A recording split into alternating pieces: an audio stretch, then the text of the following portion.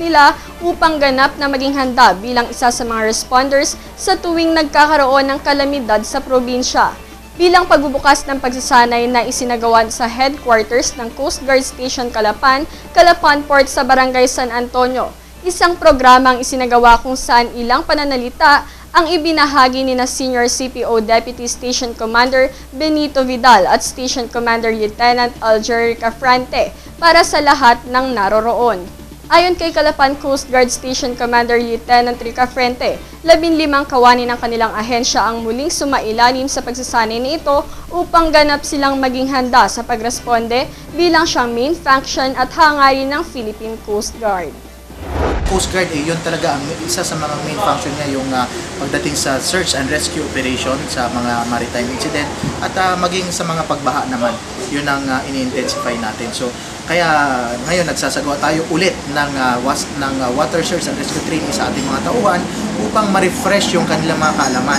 Dahil alam naman natin na iba-ibang sitwasyon, iba-iba din ang maaring mangyari. Kaya meron tayong maidagdag na mga kaalaman upang mas mapalawig pa natin yung kaalaman ng ating mga tao sa pagsasagawa ng water search and rescue. Ilan lamang sa kanilang pagdaraan ang pagsasanay ang iba't ibang techniques hinggil sa pagsagip ng mga tao, basic life support at ilang mga water exercises. Samantala tulad ng 203rd Infantry Brigade, siniguro rin ng nasabing opisyal na handa ang lalawigan sa anumang kalamidad dahil na rin sa mas pinaigting na pakikipagtulungan ng iba't ibang ahensya ng pamahalaan. Mahigit 2 taon na rin ako dito sa Oriental Mindoro. Nakikita ko na pati yung ating probinsya at ang local na government, city government of Calapan ay nag-intensify din ng pag-build up ng skills, tsaka capability, tsaka equipment. So nakikita natin na sa ngayon nagkaroon naman na-establish naman natin yung interagency coordination tsaka connection natin with the local government. So makikita natin na yung Oriental Mindoro sa ngayon ay handa sa panahon ng sakuna, lalo na sa pagbaha at maging sa maritime incidents. Susunod, truck ng uling patuloy na nailalabas ng lalawigan sa kabila ng mahigpit na pagbabawal ng DENR. Ang balitang yan sa pagbabalik po lamang ng TVNet Newsline. Have you been looking for the perfect piece of furniture for your home? Come, visit us at Homemark, the biggest furniture store in the South. From varieties of beds, sofas, dining tables, cabinets, occasional cabinets, and many, many more. At Homemark, we know the value of furniture. That's why we give the best quality at the lowest price. So why wait? Come and visit us at JP Rizal Street, Barangay Camille Mill. Homemark is truly the mark of your modern home. Magkabahay sa Pamahay, Barsanaga Nauhan, a housing community for Pag-ibig Fund members and private employees. Offers townhouse and duplex units, lot area 62 square meters, floor area 36 square meters. At 375,000 price package, only 2,100 monthly through Pag-ibig. Wide landscaped entrance, guardhouse, perimeter fence, parks and playground, big water tank, cemented roads, electric supply with concrete posts, with nearby commercial area. Model units available at the site for viewing. Pamahay Project Owner, Westchester Realty Corporation. Marketing Manager, RGV Real Estate Center Incorporated. Call 288-2173 or log on to www.rgvcenter.com. Magkabahay sa Pamahay, Barsanaga Nauhan.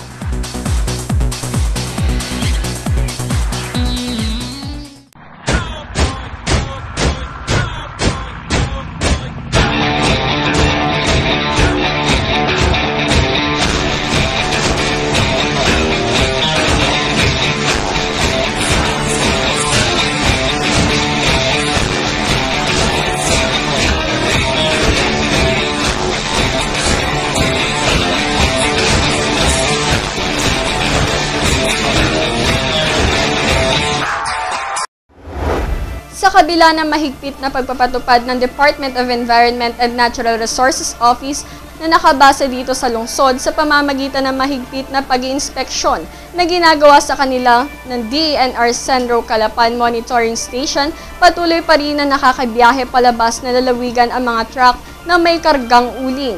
Ayon sa team leader ng monitoring team na si Virgilio Mantuano, visual inspection ang ginagawa nila sa mga truck, habang problemado naman sila sa mga closed van dahilan sa hindi nila sila autorisado na buksan ang mga ito kung kaya't humihingi sila ng tulong sa PNP Maritime.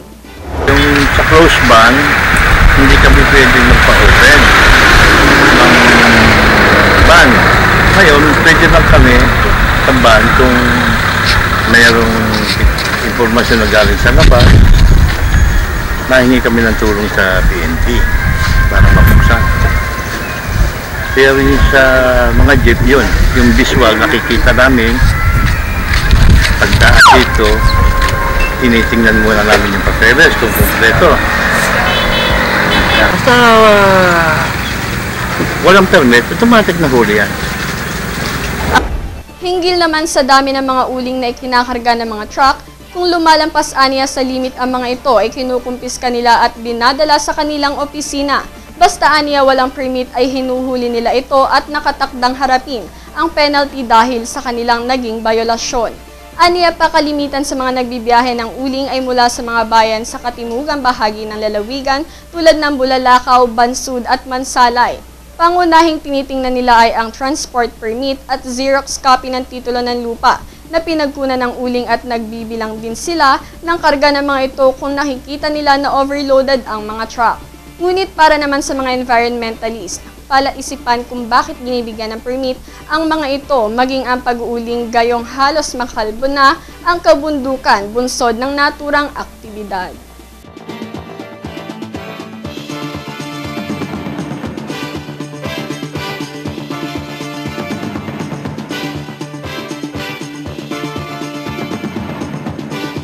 At yan po ang kabuuan ng mga balitang nakala para sa araw na ito.